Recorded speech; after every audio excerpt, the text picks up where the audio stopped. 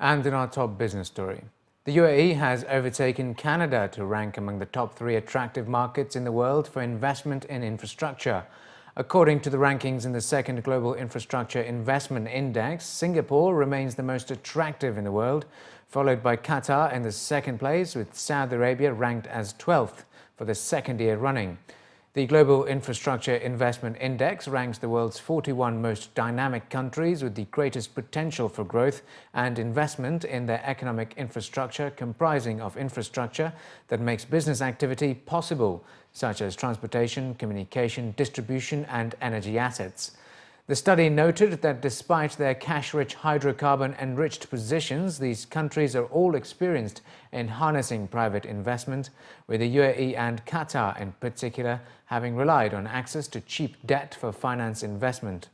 The report also noted that almost half of the investment planned relates to transportation, with every major city in the region planning to follow Dubai in building a metro system, with lines being constructed simultaneously in a relatively short period of time. At the same time, ports, airports and a heavy rail network are all under construction, leading to increased competition for resources. The Cityscape Global 2014 concluded today on a successful note, following a series of major project announcements since it opened on Sunday. Global property consulting firm CBRE says investors in the Middle East are expected to spend $180 billion in commercial real estate markets outside of their own region over the next decade, and Dubai is continuing to lead. In the report Dubai Market View, they say average residential rents dipped marginally by 1% during Q3 this year, after registering growth for 10 consecutive quarters. This has been attributed to the traditional slowdown of activity during the summer season. However, the percentage drop has been higher for some individual developments, particularly in Dubai's freehold developments, while rental rates across leasehold areas remained more stable, with some still registering growth. High-end apartments were the best-performing segment of the market during the quarter, a trend visible in buying patterns with prime locations such as Dubai Marina and Palm Jumeirah.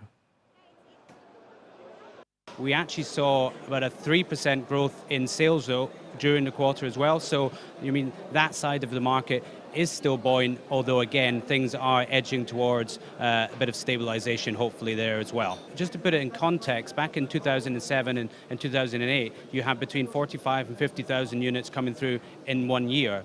Now we're looking at 55,000 units over the space of kind of 3 and a bit years. So at the moment, we haven't reached a point where the supply could be the trigger for any downturn. Among the major announcements during the 3-day Cityscape Global is the addition of the Redwood Collection at Jumeirah Golf Estates.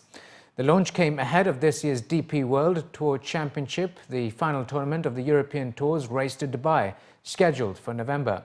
Jumeirah Golf Estates say they expect great demand for Redwood Avenue and Redwood Park, given the importance of golf in the UAE and their sustainable approach.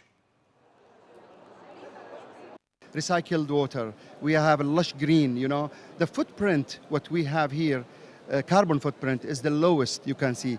The people here, when they commute in this community, they use the golf carts, which is electrical golf carts. And I think we've done a lot of great deal on that. We are currently envisaging having some of the energy sources from solar to be converted to solar energy. And I believe that's what really meet that sustainability features where the people really love to, apart from the other side of it, which is intelligent life, which they have. We are trying to capitalize on having communication through the application, the mobile application.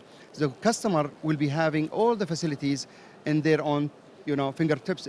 They have to touch the screen and ask for whatever services or information, or we can communicate with them. So I think things is really going for a better life and more intelligent and sustainable, and that's something which we are concentrating on.